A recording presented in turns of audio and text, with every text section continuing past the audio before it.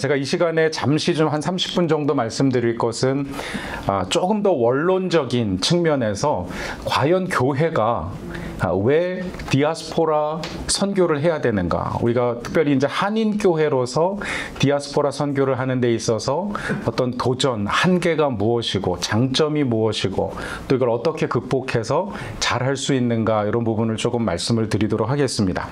우리가 교회 사실 너무 잘 오신 게 여러분 선교적 교회 안 가셔도 돼요. 이 디아스포라에서 다 커버할 겁니다. 혹시 그 다음 세션에 선교적 교회 가기로 생각하셨던 분들은 그냥 남아 계세요. 네. 자, 교회는 자기가 받은 생명을 전달할 수 있을 뿐이다. 물론 교회가 그것을 유지하기 위해서는 생명을 다른 곳으로 전달해야 된다. 그렇지 않으면 죽게 된다.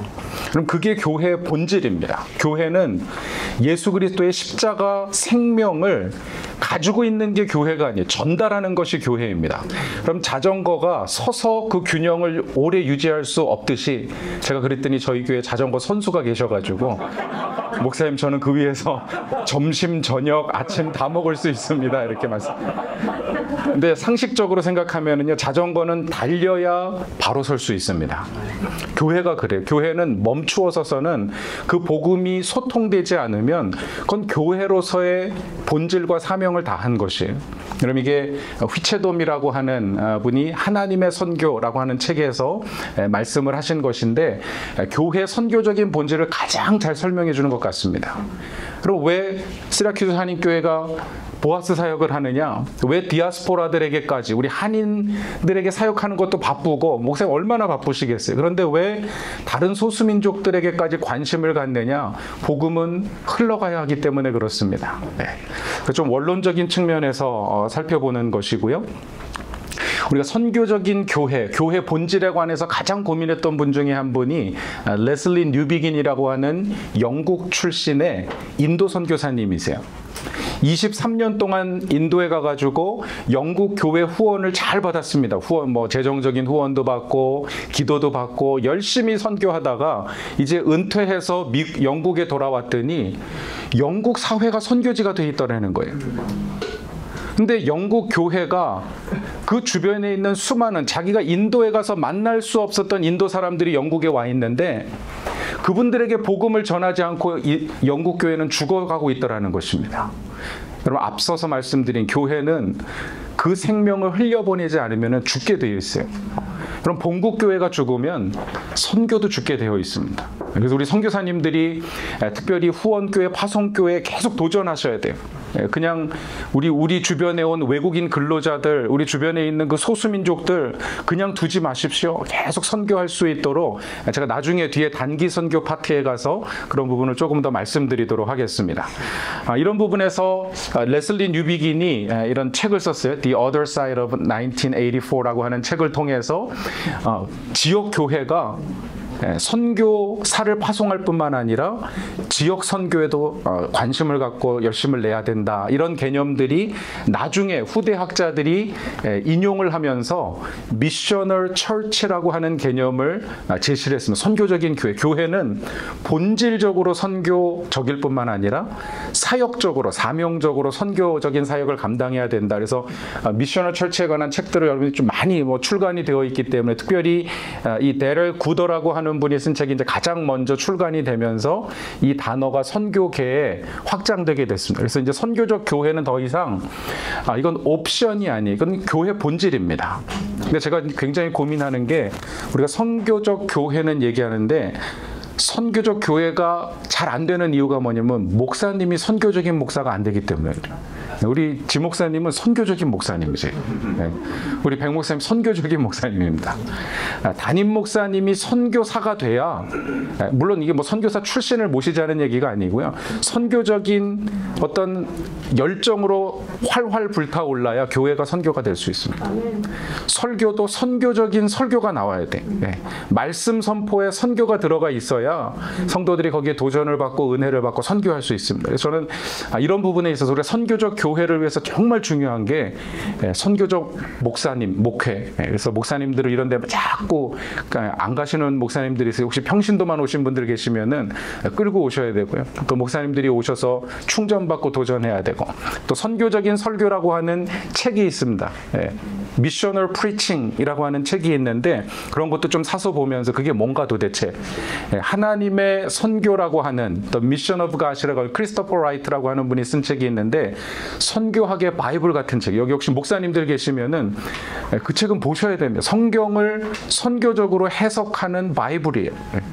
그걸 읽어야 설교를 선교적으로 할 수가 있습니다. 그래서 이런 부분들을 우리가 좀 고민하면서 선교적인 교회, 정말 교회가 어떻게 선교적이 될 것인지를 고민해내야 되겠다, 이런 고민을 좀 하게 되고요. 제가 우리 이제 미주 한인교회 어떤 자긍심을 좀 고취시키고 싶은데, 여러분 우리 한인 사회가 어떻게 시작되었는지, 물론 1902년 이전에도 한인들이 와서 정착하고 하셨습니다. 저희 지역에도, 볼티모어 지역에도 보면은 뭐 묘도 있고 이렇게 기록들이 많이 있는데, 최초의 공식적인 이민은 바로 그 1902년도에 갤리코를 타고 하와이의 사탕수수 농장으로, 근데 그 농장으로 오게 된 102명, 근데 한 명이 배를 못 탔다 그래서 101명으로 뭐 기록이 이제 왔다 갔다 하는데, 그 처음에 사탕수수 이민자들을 모집한 분이 누구냐면 알렌 선교사님이세요. 알렌 선교사님이 나중에 그 미국 대표부 공사가 돼가지고 유민원, 그 사탕수수 농장에 일할 분들을 모집하는 기관을 만들었는데, 그 유민원을 어디다 설치했냐면 인천 내리감리교회 옆에다 설치했습니다. 그리고 나서 내리감리교회 그 당시 담임 목사님 조지 존슨 목사님인데, 두 분이 합작을 해가지고 인천 내리교회 교인들이 80%. 그러니까 처음에 이민 온 이민자들의 80%가 크리스찬들이었어요. 그래가지고 그냥 보낼 수 없으니까 안정수 장로님, 또 김희지라고 하는 평신도들 한 4분을 선교사로 파송합니다. 이분들은 가려고 지원하지 않았는데 존슨 목사님이 이렇게 우리 성도들이 가는데 좀 같이 가주십시오 해가지고 훈련받고 파송받아가지고 그 거의 석 달 가까이 배로 오는 동안 매일 선상 예배를 드렸어요. 여러분 이주 이민자들의, 한인 이민자들의 이민 역사를 보면은요, 매일 예배 보면서 하와이 땅에 도착한 거예요. 이분들이 도착해서 뭐 했냐면 자기 거처 집을 마련하기 전에 교회부터 마련했습니다. 그게 하와이에 있는 초기의 교회들의 이민 역사고, 우리 이제 장로교 선교사님들은 선교사 장로교 동로회가 조직되면서, 저도 장로교 목사지만 1907년도에 처음으로 선교사를 파송했다 그러는, 사실은 1902년도가 더 감리교가 더 우선이에요. 선교사 파송으로 얘기하자면 이런 이민 역사를 가지고 있습니다. 그럼 뒤에 보시면은 물론 뭐 사진 인데요. 갤리코를 타고 1902년도에 101명이 하와이에 도착해서, 그 당시에는 대부분 남자들만 노동자로 왔기 때문에 남자들만 오셨는데, 이 장가를 가야 되는데 결혼을 못 하잖아요. 그래가지고 여러분 그 포토 브라이드라는 얘기 들어보셨나요? 네. 그 당시 이제 내리감리교회에서 간 청년들이니까 거기 처자들 사진을 보내가지고 사진만 놓고 오케이 해가지고 사진 결혼식을 한 거예요. 나중에 와이프들이 도착해서 이렇게 가정들을 이루게 되는, 그러면서 결국 교회가 이민사회 중심이 되는, 그게 이제 한인 교회 역사죠. 일단 도착하면 미국 가면 교회 가야 돼, 그 말이 거기서 나온 겁니다. 뭐 당연히 교회가 모든 어떤 사회복지, 정착, 모든 교육 책임을 다 졌기 때문에 그게 어떤 이민교회가 가지고 있는 또 선교적인 역량이기도 한 것 같습니다. 우리 한인교회가 가지고 있는 이민 경험이 굉장히 사실 선교적으로 유용하죠. 또 다른 소수민족 사회를 도울 수 있는 아주 큰 역량입니다. 우리 앞서서도 강의에서 좀 이렇게 언급을 해주셨는데, 특별히 이제 나그네와 이방인의 삶을 충분히 이해할 수, 하나님이 이스라엘 백성들을 출애굽시켜서 가나안 땅에 정착시키신 것은요, 잘 먹고 잘 살라고가 아니에요. 왜냐하면 너희가 애굽에서 나그네와 객이 되었음이네. 그러므로 그 땅에 정착해 살면서 나그네와 객을 잘 대접하라는 것입니다. 그 땅을 방문하는 모든 민족이, 왜냐하면 그 땅은요, 오늘날 북쪽의 히타이트, 아수르, 바벨론, 남쪽의 애굽, 온 제국들이 교통하는 무역로고 많은 사람들이 지나가는 곳인데 그 땅에다 이스라엘 백성들을 데려다 놓고 나그네와 객을 대접하라는 얘기는요, 온 세상의 열방을 다 대접하라는 얘기예요. 모든 민족들이 하나님의 영광을 알 수 있도록 선교적인 사명을 감당하라는 이야기입니다. 그래서 그 땅에 데려다 놓으신 건데 우리 한인 이민사회가 그런 것 같아요. 이미 120년 전에 이 땅에 하나님 보내셔가지고 모든 이미 벌써 1, 2, 3, 4세대가 지금 나오고 있는데 이런 어떤 이민 세대의 경험들을 가지고 새로 정착하는 난민들, 또 그런 주변의 소수민족들을 도울 수 있는 많은 경험들을 가지고 있습니다. 예전에 우리가 저희 교회도 제가 이 볼티모 지역에 있는 베델교회를 섬기고 있는데 처음에 개척하실 때 교회 건물 없이 시작하셨잖아요. 가정집에서 시작하셔가지고 미국 교회 리버티 장로교회 빌려가지고 예배 드리다가 거기서 뭐 별 사고가 다 있었더라고요. 어른들끼리 예배 보는 사이에 우리 한인 2세들이 지금은 저희 교회 장로님이 되신 어떤 꼬마가 그 미국 교회 담임 목사실 가가지고 그 소파 그 의자에다가 볼일을 보고 나오신 거예요.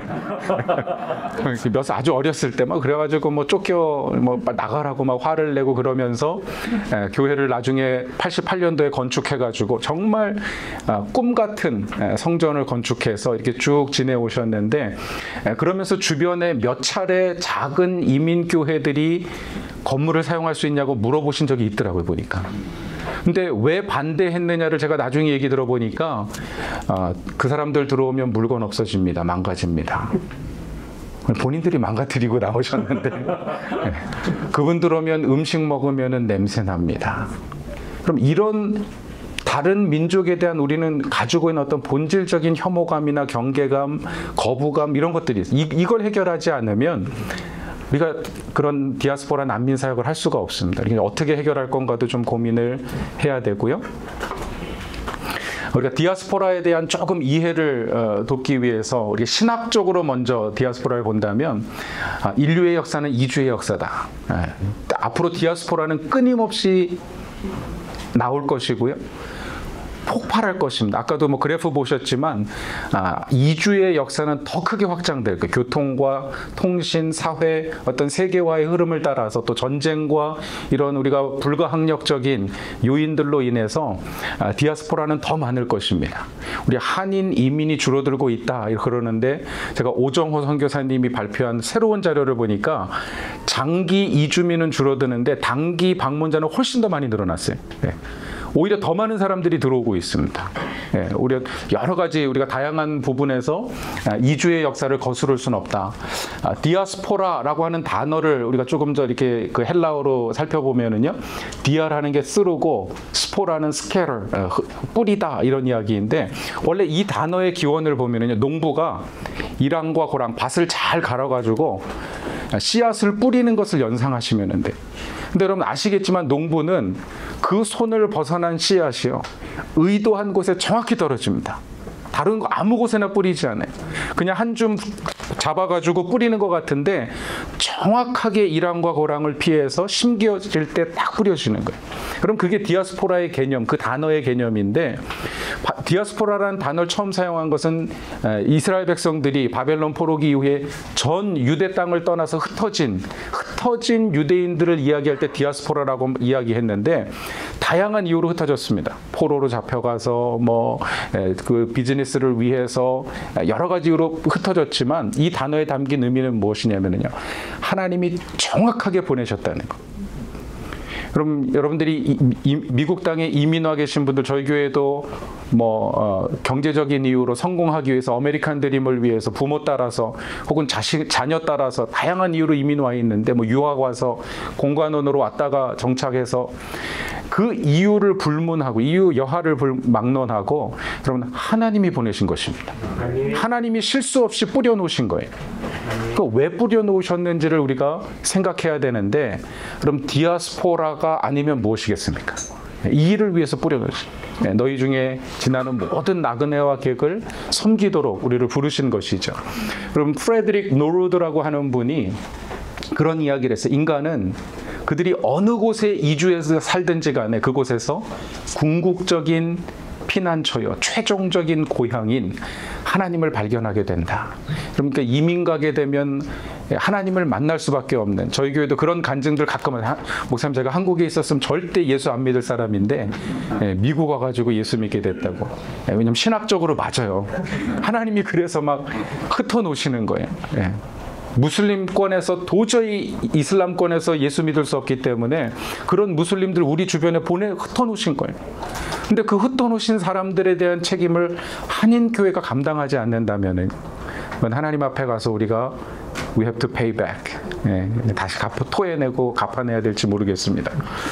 그래서 정확하게 어떤 목적과 결실을 꿈꾸면서 씨앗을 뿌리는 농부의 마음이 담겨 있는 것이 디아스포라, through the scattered, 그런 의미를 가지고 있는 단어죠. 성경적으로 이야기하자면 인간이 지면에 흩어지는 하나님 창조의 원리죠. 하나님께서 인간을 창조하시고 온 땅에 흩어져서 생육하고 번성하여 땅에 충만하라 말씀하셨는데, 그게 어떤 창조의 원리고 또 노아 이후의 후손들에게도 주신 동일한 축복이었고, 근데 인간은 흩어짐을 면하고자 힘쓰기 위해서 바벨탑을 쌓은 겁니다. 그러니까 흩어지지 않으려고 하는 것은 비성경적인, 다시 말하면 한인 교회들이 우리가 한인들만의 교회를 만들기 위해서 열심히 하다 잘못하면 바벨탑을 쌓을 수 있습니다. 오히려 우리가 가지고 있는 리소스, 사람들을 내보내고 흩고 함께 나누고 하지 않으면 또 다른 바벨탑이 될 수 있다는 것이죠. 인간은 하나님을 의지하는 삶의 원리를 포기하고 스스로를 의지하고 자기들이 쌓은 성에서 안전을 찾으려고 하는 가인의 길을 따랐던 것이, 가인이 성을 지었던 것처럼 이렇게 넘어가도록 하겠습니다. 디아스포라의 사회적인 조망은 앞으로 계속 또 이렇게 언급들을 하실 것 같고, 어제 제가 잠시 좀 말씀드린 거기 때문에 지나가도록 하겠습니다. 그래서 해외 한인 교회뿐만 아니라 한국 교회 역시 사실 역동적으로 변하는 다민족 사회, 우리 한국에서는 다문화 사회라고 얘기하는데, 이미 수많은 외국인들이 우리 주변에 함께 살아가고 있습니다. 그러니까 우리는 좀 단일 민족의 신화를 좀 깰 필요가 있어요. 제가 여기는 실진 않았지만 인터넷에서 백신종, 디아스포라, 선교 이렇게 그 조합어를 구글에 넣으시면은 아티클이 하나 뜰 텐데, 거기 보면 19세기에 18세기 말 19세기 초에 프랑스 선교사였는데 그분이 인류학자, 디옹이라고 하는 인류학자였습니다. 그분이 한국 조선 땅에 와가지고 한국 사람들의 구상학적인 특징, 두상학적인 특징을 스케치했는데 보니까 이게 온갖 종족들이 다 섞여 있는 민족이다, 이렇게 결론을 냈으니 우린 단일 민족 아닙니다. 죄송합니다. 여러분 DNA 검사해보세요. 여러분 100% 코리안 없습니다. 저도 상상할 수 없었던 인종들이 막 섞여 있더라고 보니까. 일본, 중국, 저 남방 계열부터 해가지고요. 그리고 우린 조금 그 민족적인 정서를 조금 더, 이게 인종관을 달리할 필요가 있는 게 성경적인 인종관. 우리는 하나님의 형상으로 지음받은 하나님의 사람들이다. 그 관점으로 다른 민족들을 보지 않으면 우리가 정말 친구가 될 수 없고 가족이 될 수 없고 선교적인 사명을 감당할 수 없다는 것이죠. 이주민의 사회적인 특징들 아까도 이제 여러 가지로 말씀을 해주셨는데, 정말 선교적인 기회입니다. 왜냐하면 전통적인 그분들이 무슬림 이웃들과 같이 그 태어난 전통적인 고장에 살고 있다면 도저히 교회 가서, 아까 그 형제가 어떻게 교회 가서 이렇게 열심히 할 수 있겠습니까? 지금 이민 와서도 그걸 지키려고 얼마나 가족들이 주변의 이웃들의 어떤 경계와 스트레스를 받으면서 있는데, 그걸 우리가 잘 깨고 두드리고 마치 햇볕 정책처럼 이렇게 좀 옷을 하나하나 커플을 벗겨나가기 위해서 끊임없는 사랑을 쏟아 부어야 그래도 변할까 말까 한데, 그래서 그런 지속적이고 어떤 전폭적인 그런 도움과 또 사역을 환대를 통해서 그런 부분들을 좀 점검을 해야 되고요. 정말 좋은 것이 뭐냐면, 우린 이미 세대 간의 갈등을 다 경험하고 그 문제에 대한 노하우들을 많이 쌓아왔습니다. 그래서 새로 이민 오신 분들이 겪고 있는 1세, 2세 언어 문제, 어떤 갈등 문제, 신앙 문제부터 해서 여러 가지를 우리가 조금 도울 수 있는, 또 상담할 수 있는 좋은 기회가 되기 때문에 선교적으로 접근하기 위해서 정말 좋은 것이 선교지에 있는 현지인들보다 고향을 떠난 이주민으로서 난민이나 소수민족으로서의 우리의 이웃들이 훨씬 더 선교하기 좋은 대상이라고 하는 사실을 우리가 좀 기억하고 또 바라볼 필요가 있습니다. 이민사회를 우리가 조금 이해해야 되는데요. 여러분 1세, 2세라고 하는 표현을 할 때 보통 출생지를 기준으로 얘기합니다. 그러니까 해외에서 출생해서 이민 왔으면 1세고 거기 와서 태어난 사람들은 2세예요.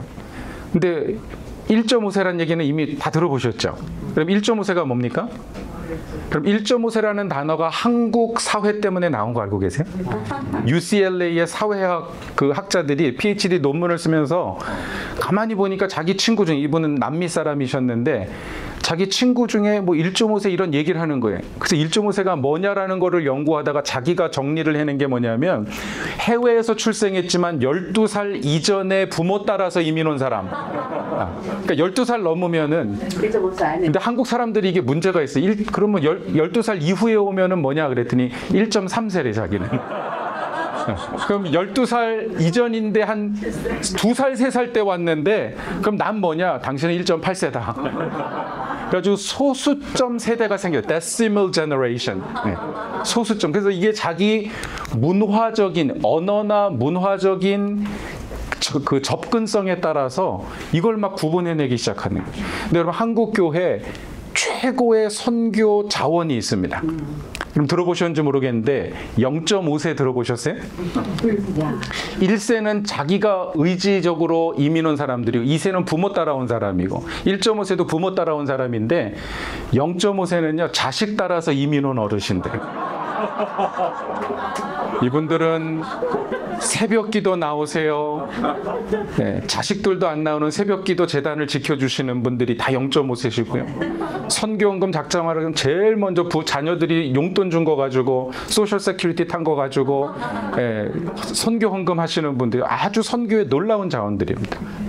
이런 분들 또 저는 도대체 뭐 나는 제가 원해서 이민 온 것도 아니고 부모 따라 이민 온 것도 아니고 자식 따라온 것도 아니고 아내 따라와 가지고 저는 0.7세. 그러니까 제가 왜 이런 얘기를 드리냐면요. 이민 세대는 정말 다양합니다. 1.1, 1.2, 1.3, 1.4세대가 다 다른 세대예요, 사실은. 네. 그러니까 그 특성들을 우리가 정말 잘 이해하고 돕고 섬기고 각각에 맞는 사역들을 개발하는 것이 필요한 것이죠. 그럼 저는 물론 이제 제가 그 두 가지를 얘기하려고 그러다가 우리 교회 안에서 할 수 있는 사역, 근데 그거보다는 이제 단기 선교를 통해서 밖으로 나가는 사역이 뭔가 이제 이런 부분들을 조금 더 집중해서 왜냐면 다른 분들하고 중복되는 걸 좀 피하기 위해서 말씀을 드릴 텐데, 저는 이런 다양한 세대들이 함께 어울릴 수 있는 최고의 방법 중에 하나가 단기 선교다 이런 생각을 해보게 됩니다. 한어권과 영어권이 함께 가고 부모와 자녀가 함께 가고 0.5세대 제가 한 몇 년 전에 저희 교회 시니어 단기 선교를 팀을 조직해가지고 선교를 다녔어요. 17명인데 평균 연령이 83세. 가장 젊은 분이 79세. 짐 들고 다니셨어요. 근데 이 시니어 선교사님들 그 시니어 단기 선교팀 데리고 다녀왔는데 선교사님들이 너무 좋아하세요. 왜냐하면 이분들이 40년, 50년 이민 생활한 경험을 그 애환을 가가지고 선교사님 테이블에 한 선교사님 3분, 우리 팀원 1분 해가지고 교제하고 뭐 훈련하고 하면서 자기 경험 얘기했는데 선교사님들이 똑같은 거예요. 본인들이 경험한 언어 문제, 문화 문제, 교회를 섬기고 선교사들 간의 갈등, 이 한인 사회 갈등, 뭐 하다가 비즈니스 하다가 실패한 문제, 사역하다가 실패한 거, 뭐 이러면서 공감이 일어나 가지고요. 저희가 4박 5일 그 선교사님들과 이런 교제 훈련을 계획을 했는데 다 끝나고 나서 이게 안 돼 가지고 이틀을 연장해 가지고 더 교제하고 그런 아주 좋은 사역들을 감당할 수 있었습니다. 그래서 우리 단기 선교를 통해서 그런 일들을 감당할 수 있고, 또 하나 이제 성경 전달은 한 20년 전이었던 것 같은데 제가 이제 선교 목사로 있던 교회에서 공산권에 선교사님이 성경 좀 갖다 달라 그래서 그 나라 말로 된 성경을 가지고 들어가는데 이 공항이 전수검사예요. 그러니까 다 열어가지고 검사하다 보니까 뭐 2권, 3권 넣어가도 성경을 다 뺏깁니다. 그러니까 2년 동안 성경을 보냈는데 한 권도 공항을 통과를 못한 거예요. 어떻게 할까 고민하다가 그 당시에 저희 이제 이 지역 그 워싱턴 중앙장로교회 제가 선교 목사였습니다. 이 교회 선교 목사였습니다. 20년 전에 이원상 목사님 계실 때. 근데 저희 교회 이 워싱턴 중앙장로교회 연방 정부에서 일하시는 분들이 많았어요. 그 당시에 연방 정부에서 지금은 이제 셀폰 뭐 스마트폰이 나왔지만 팜파일럿이라 그래가지고 전자수첩 기능, 그건 전화기도 안 되는, 그걸 뭐 이렇게 나눠주고 해가지고 사용을 하시는데 이 사용을 할 줄 모르니까 그냥 다 집에 놔두고 계세요. 그래서 그러면 팜파일럿 가지고 계신 것을 좀 가져와라 그랬더니 한 40개 정도를 가져왔습니다. 교회에다가. 그래서 거기다가 성경을 깔고 영어 성경도 깔고 현지어 성경도 깔고 사형리 텍스트도 깔고 해가지고 보냈는데 공항을 다 통과했어요. 이건 성경이 아니 뭐 열어보고 수첩이니까 다 통과해. 그걸 가지고서 선교사님이 대학 캠퍼스에 가서 쫙 열었더니 대학생들이 관심이 많죠. 처음 보는, 미국에서도 그게 첨단인데, 그래서 그걸 보여주면서 한 사람 한 사람 전도해가지고 몇 날 몇 시에 모여가지고 복음 전하고 앞으로 계속 영어로 된 성경 공부 같이 성경 공부하자. 16명이 성경 공부하기로 해서 교회가 개척이 됐습니다. 일주일 단기 선교하고. 그리고 나서 그 팜파일럿이 문제가 뭐냐면 성경을 깔고 뭐 이렇게 많이 깔다 보니까 자주 프리징이 돼요. 멈춰요. 완전히 뭘 눌러도 아무 작동을 안 합니다. 고치는 것만 선교사님한테 가르쳐 드려요. 너네 망가지면 무조건 선교사님한테 와야 된다. 이거는 선교사님 아니면 못 고친다. 사실 굉장히 쉬워요. 뒤에 리셋 버튼만 길게 누르면 끝납니다. 선교사님한테 부탁해 절대 학생들 보여주지 말고 그날 돌려주지 말고 2, 3일을 갖고 계시다가 단추 한번 눌러서 돌려주고 또 사용하다 힘들면은 그러면서 단기 선교를 했던 적이 있고요. 또 뭐 인터넷 카페 얘기도 이슬람권에 선교사님 가서 태권도 하시려고 태권도를 오픈했는데 대학교 앞에. 근데 저희가 단기 선교팀을 보내서 청년들이 가서 보니까 태권도장에 애들 한 3명, 아줌마 자매 1명, 그 대학생들 아무도 없는 거예요. 그러니까 지난 한 1년 반 동안 운영하셨는데 운영이 잘 안 되는 거예요. 그래서 그럼 도대체 어디에 학생들이 있는가? 그래서 캠퍼스로 들어가서 수업이 끝나고 어디로 가나 이렇게 쭉 따라가 봤더니 전부 다 동네 인터넷 카페가 있는 겁니다. 그래서 업종을 바꾸십시오. 이분 한국에서부터 태권도 열심히 하셨고 태권도 도장을 하시는데 태권도 도장을 클로즈하고 교회에서 컴퓨터 한 두세 대인가 이렇게 보내고 T1 라인 깔아드리고 인터넷 카페를 만들었습니다. 근데 카페만 해가지고는 안 되니까 미국에 있는 청년들이요, 일주일에 30분을 헌신한 거예요. 새벽 2시에 일어나는 친구도 있고 오후 1시에 하는 친구도 있고, 그래서 30분 동안 영어로 프리 토킹하는, 그 당시에 이제 이런 프리로 하는, 인터넷으로 프리 전화하는 게 많이 나오니까 음성으로만, 영상도 안 되고요. 그러니까 그렇게 1년 동안 52주를 영어를 가르쳤습니다. 뭘로 가르쳤냐면 요한복음 가지고. 이슬람권인데. 그러니까 목소리만 서로 아는, 이름하고 목소리만 알고 1년 뒤에 그 청년들이 단기 선교 가서 그분들을 초청해서 일주일 동안 같이 영어 캠프를 한 거예요. 그러니까 뭐 얼마나 반가운지, 뭐 서로 형제처럼 그냥 이름을 알고, 그러다 보니까 서로 교제가 되고 복음을 전하고 많은 친구들이 예수를 믿고 또 교회가 개척되는 그런 기회도 있었습니다. 또 하나는 이제 몽골 단기 선교팀을 파송할 때였는데, 몽골의 단기 선교팀, 저희 이제 단기 선교팀을 파송하면 반드시 일주일 3개월 동안 12주 동안 언어를 공부하게 합니다. 기본적으로 자기 인사, 자기 소개, 복음 전도 소개할 수 있는 그 언어를 공부하게 하는데, 이 미국에서 몽골로 보내려고 하니까 몽골어를 배울 데가 없는 거예요. 스페니쉬 배울 때도 있고 뭐 다른 언어는 배울 수가 있는데, 그래서 수소문하다 보니까 교회 집사님 한 분이 자기 식당에서 그릇 닦는 형제가 몽골 출신이라는 거예요. 그래서 내가 시간당 페이를 하고 토요일 날 3시간을 페이할 테니까 1시간 정도 이제 언어 배우도록 그래서 보내주셔가지고 제가 이제 몽골어를 배우기 시작했습니다. 한 주 배우고 2주 이제 조금 친해지니까 어디로 가냐, 우리 울란바토르 간다 그랬더니 자기가 울란바토르 출신이라 그러면서 뭐 이런저런 얘기하다가 그 다음 주에 이 친구가 이민 가방 2개를 가져왔어요. 그래서 뭐냐 그랬더니 몽골 울란바토르에 자기 친척들 리스트를 쭉 가져와서 이분들한테 좀 전해달라고, 전화번호 쭉, 이름 전화번호. 그럼 그렇게 하자고. 근데 문제는 그 다음 주에 발생했습니다. 왜냐하면 자기 친구들한테 얘기해가지고 7명이 이민 가방 14개를 또 가져오신 거예요. 그래서 이거 어떡하냐. 왜냐하면 교회에서도 지금 단기 선교 간다니까 의료, 신발, 안경, 약품 해가지고 이민 가방을 몇 개 꾸려주셨는데 이게 16개잖아요. 그래가지고 그럼 이번 올해는 우리가 딜리버리 미션 한다. DHL 미션에서 다 안경 뭐 다른 팀에다 다 나눠주고 그 친구들이 준 리스트 준비하고 그거 딜리버리 미션 그 배달해야 되니까 그 대신 그 8명 친구들 영상을 다 찍었어요. 가족들에게 인사하는 영상을. 예. 그래가지고 가서 성사님 도움을 받아서 몇 날 몇시 토요일 오후에 초청했습니다. 예. 근데 한 50명 정도 올 거라고 생각을 했는데 200명이 왔어요. 친척도 오고 동네 분들도 같이 오시고 네, 와가지고 영상 하나 딱 비추면 50명이 막 일어나서 박수치고 막 그냥 예, 부둥켜 안고 좋아하고 또 이름 불러서 선물 그 저희가 준비한 것도 아니고 우리 돈은 하나도 안 들어갔어요. 다 거기서 보낸 거지. 예, 이름 불러서 하면 막 박수치고 막 선물 주는 것처럼 예, 그렇게 시간을 보내고 저희가 준비한 찬양, 몽골어 찬양하고 선교사님이 말씀 전해서 내일 주일인데 예수님 그때 한 40명 정도 영접하시고요. 내일 주일인데 교회 오십시오. 그래도 200명 중에서 한 100명은 안 오겠나 제가 그런 생각을 하고 다음날 식사도 준비를 많이 했는데 그 다음날 한 400명이 오셨습니다. 근데 문제는 뭐냐면 빈손으로 온 사람이 별로 없어요. 미국에 보낼 물건을 다 바리바리 싸가지고 오셨어요. 문제가 생긴 게 갈 때는 이민 가방 16개인데 올 때는 20개가 넘는 거예요. 뭐 못 먹는 거 그러니까 이게 음식 같은 거 다 빼고 뭐 이건 못 보냅니다. 안 됩니다. 이런 거 빼고서 챙겼는데 20개가 넘는 거예요. 그러니까 뭐 팀원들이 우리 장로님 몇 분이 뭐 돈 1,000불씩 낸 그 화물비를 더 내가지고 가져와야 될 정도로.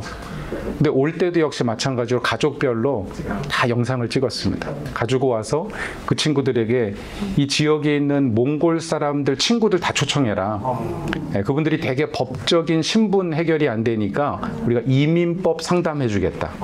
그다음에 두 번째는 영어 클래스 만들어 주겠다. 이미 미국에 살아야 되는데 영어 배워야 되니까. 그래서 저희가 초청해서 그 영상을 비춰주는데 분위기가 달랐습니다. 저쪽은 축제였는데 여기는 다 울음바다예요. 막 가족들 나오면은 막 울고 옆에서 3-4명이 또 위로해주고 가족들이 보낸 선물 또 전달해드리고. 근데 제가 보니까 그때 한 30명 가까이 오셨는데 이 8명 형제들이요 자기한테 온 선물을 다 나눠 가지시더라고요. 그러니까 뭐 정말 고향에서 온 정말 그 고향을 생각할 수 있는 그러면서 그분들이 또 복음 제시하고 영어 성경 공부 요한복음으로 또 영어 성경 공부해야 되니까 거의 전원이 영어 성경 공부에 참여하시고 그렇게 해서 교회가 개척되고 마침 몽골에서 안식년으로 오신 선교사님이 그 형제들을 맡아서 교회를 개척하셨고 그 교회가 2003년도에 저 덴버로 한 형제가 직장이 옮겨 덴버로 가면서 덴버에 몽골 교회가 생겼습니다. 한 형제가 시카고로 가면서 시카고에 몽골 교회가 생겼어요. 제가 2010년도에 저는 캄보디아 선교사 갔다가 트리니티에 공부하러 왔다가 이명희 선교사님이라고 한국에 계시는데 이분이 미주에 있는 몽골 교회 역사에 대해서 논문을 쓰고 계세요. 그래서 제가 와서 피어 리딩으로 들어가서 논문을 쭉 읽다 보니까 북미주 지역에 13개 교회가 있는데 그 교회 첫 번째 교회가 2003년도에 워싱턴에서 생겼다 보고를 하시는데 그럼 일주일 단기 선교를 통해서 하나님이 그런 역사를 행하신 것입니다. 네. 그럼 저는 우리가 마음을 열고 관심을 가지면 하나님께서 우리가 계획하지 못했던 그런 역사들 이루시고 또 감당케 하실 줄로 믿습니다. 그럼 단기 선교가 그런 어떤 이주민 선교, 디아스포라 선교 좋은 기회인 게 아까도 말씀드렸지만 한국 분들은 외국인에 대한 잠재적인 두려움이 있어요. 우리 많은 침략을 받아가지고 그냥 외국인만 보면 경기가 일어나는 거예요. DNA에 그게 유전이 돼 있어요. 그냥 힘들어 그냥 보면은. 근데 단기 선교를 갔다 오면은요, 단기 선교를 안 갔다 온 사람, 전혀 안 갔다 온 사람들보다 단기 선교를 갔다 온 사람들은 타민족에 대해서 훨씬 더 긍정적인 태도와 마음을 가지고 있습니다. 이게 중요한 거예요. 근데 단기 선교를 갔다 온 지 3개월 지나니까 똑같더라. 3개월 안에 자기가 다녀온 민족 그 교회 사람들과 접촉하면서 교제, 관계가 형성되기 시작하면은요, 디아스포라 사역이 일어날 확률이 훨씬 높습니다. 그러니까 단기 선교를 그냥 여름 행사로, 일주일 행사로 마치면 안 되고, 프리 트레이닝이 있잖아요. 가기 전에 우리가 12주 훈련하잖아요. 그럼 갔다 와서도 한 3주, 4주를 훈련하면서 정말 관심을 가지고 다른 민족들을 품고 같이 관여하고 교회를 개척하고 예배도 참석해보고 그런 사역으로 연결될 수 있다면 저는 이것이 어떤 한 교회의 사역뿐만이 아니라 그런 많은 북미주 교회들이 전 세계에서 온 정말 수백만의, 수천만의 이주민들을 향해서 마음을 열고 교회를 개방한다면 그럼 놀라운 선교의 시대가 열릴 것입니다. 아멘. 그것이 또 한국 사회에도 좋은 소식으로 전달되기를 바라고요. 네. 그 밑에 코비드 시대 단기 선교가 조금 더 이렇게 이제 전략적으로 많이 바뀌는 거에서 말씀드렸고, 그래서 대개는 이제 소수 정예로 예전에 뭐 50명, 100명 보내다가 20명, 30명 보내다가 지금 이제 5명, 8명 소수로 이동하는 추세들이 많이 나. 그러다 보니까 아주 전문적인 사역들을 많이 합니다. 요즘 한국어 공부가 얼마나 좋아요. 저도 캄보디아에 있으면서 로고스 랭귀지 스쿨이라는 거 운영하면서 한국어, 영어, 중국어, 컴퓨터를 가르쳤거든요. 저는 영어가 제일 많이 올 줄 알았는데 한국어 클래스가 제일 컸습니다, 저희는. 왜냐면 한류가 불고 나니까는 다 한국어 배우고 싶어 하고요. 또 한국어 배우고 나면 한국의 노동자로 일하러 갈 수 있으니까 그걸 가려고 공부하는 거예요. 그래서 이 한국어 그 학원을 하다 보니까 정말 좋은 단기 선교 팀이 누구냐면은 나이 많이 드신 어르신들이세요. 원어민 강좌가 가능하니까 오셔가지고 뭐 다른 그냥 한국어 가리키는 한국어 뭐 그 K-팝 가리킨다 그러면서 어제도 말씀드린 왕이신 나의 하나님 뭐 찬양 시컨 가리켜가지고 일주일 뒤에 그걸 캄보디아 말로 번역해서 불러주면서 이게 찬양이다. 그래야죠. 이건 하나님 찬양하는 거다. 하나님이 누구신가? 우리 하나님 때문에 여기 왔는데 정말 너희들이 예수 믿었으면 좋겠다. 처음에 가서 길 가는 사람 붙잡고 전도하면 그거 정말 어려운 얘기입니다. 그냥 빨리 그 자리를 모면하려고 예수 믿어주는 척하는 거예요. 그냥. 근데 일주일 동안 함께 교제하면서 정말 같이 밥 먹고 한국어 배우고 게임도 하고 그렇게 떠나갈 때가 되어서 아쉬울 때 복음을 전하면 그때 가장 효과적이에요. 그러니까 너무 일찍 빨리 전도부터 하려고 그러지 마시고 일주일간 시컨 같이 노시고요. 마지막에 복음 전하면 훨씬 더 효과적이고 가능성이 있는 것이죠. 온라인을 통한 여러 가지 사역들 가능하고요. 결론을 맺도록 하겠습니다. 결국 하나님의 백성 주님의 교회는 선교하는 공동, 선교가 교회 본질이라고 하는 사실을 여기 계신 분들 정말 다시 한번 교회 사명, 교회 본질은 복음을 흘려보내는 것이다. 누구에게 흘려보낼 것인가? 우리 주변에 누가 받을 준비가 되어 있는가를 또 바라보고 넓은 마음으로 그럼 이 민족과 어떤 혈통, 경계를 떠나서 다양한 민족들에게 복음을 전할 수 있어야 되겠고요. 또 21세기 한국교회 미주사회 한인교회들 새로운 환경을 맡고 있습니다. 주일학교 감소, 이주 노동자, 소수민족. 사실 이제 선교에 있어서 밖으로는 해외 선교, 안으로는 자녀 선교. 정말 다음 세대 선교도 굉장히 중요한 이슈인 것 같아요. 저는 제가 굉장히 우리 지 목사님 그 사역을 보면서 도전받은 게 뭐냐면 우리 아이들과 소수민족 자녀들이 함께 주일학교 하더라고요. 저희도 이번에 그 여름성경학교 하는데 317명이 같이 여름성경학교 하는데 보니까 42명이 미얀마 출신이에요. 아이들이에요. 여기 소수민족 교회 아이들. 한 17명 정도는 이제 스페니시 사용하는 자녀들이 같이 등록해서 다 영어로 하니까 같이 참석하는데 오픈해야 됩니다. 교회를. 교회 안 믿는 친구들도 데려오지만 또 소수민족 주변의 소수민족 교회들과 협력해서 혼자 할 수 없으면 초청해서 할 수 있는 것이죠. 그게 자녀들을 선교적으로 키우는 길이에요. 그럼 그렇게 자란 아이들이 왜 선교 안 하겠습니까? 그렇게 자란 아이들이 선교가 뭔지 왜 모르겠어요. 배워서 아는 것보다 그냥 삶으로 경험하면서 자라는 것이기 때문에 굉장히 중요한 문제죠. 그래서 저는 모든 한인교회가 적어도 주일학교 오픈할 수 없으면 VBS라도 오픈해서 그냥 신문 광고라도 내가지고 오시도록 초청할 수 있으면 얼마나 좋을까 이런 생각을 해보게 되고요. 선교의 전후방이 사라지고 있다. 이제는 교회가 사회 문화적인 혈통적인 장벽을 넘어서 적극적으로 우리가 선교적인 환경에 대응해야 합니다. 그럼에도 불구하고 해외 선교는 계속돼야 됩니다. 제가 단기 선교 전문가로 한 10여 년 이렇게 강의를 하고 다녔는데 단기 선교 너무 열심히 강의하다 보니까 어떤 한 교회가 전략을 바꿨어요. 우린 단기 선교 집중한다. 제가 회개 많이 했습니다. 그러면 안 돼요. 해야 될 건 하고서 이걸 개발해. 디아스포라도 마찬가지. 우리 이것 때문에 해외 선교가 멈추거나 줄어들면 안 된다. 해외 선교도 열심히 하면서 그러면서 이곳이 함께 살아나야 하나님 나라가 건강하게 세워질 수 있습니다. 그런 교회가 될 수 있도록 기도해 주시고 응원해 주시고 또 함께 연구하고 네트워킹 될 수 있기를 한번 기대하고 제가 잠깐 기도하겠습니다. 하나님 감사합니다. 예수님의 피값으로 사신 이 교회, 그 생명을 흘러보내는 것만이 하나님 정말 우리가 살 길이며 교회에 주신 소명인 것을 다시 한번 기억합니다. 기도하옵는 것은 정말 한국에 있는 우리 한국교회 위대한 선교의 전통을 계승 발전할 수 있도록 도와주시고 또 이민교회도 정말 예배와 기도로 시작된 이 교회가 또 앞으로 주변에 많은 나그네와 같은 소수민족들, 난민들, 또 방문하는 이웃들, 주변에 있는 많은 타민족들에게 또 복음을 유통하고 생명을 전하고 하나님 정말 아름다운 교회들이 세워질 수 있도록 축복해 주시옵소서. 또 남은 트랙의 모든 순서마다 하나님 은혜를 더하여 주시옵소서. 예수님 이름으로 기도드립니다. 아멘. 수고하셨습니다.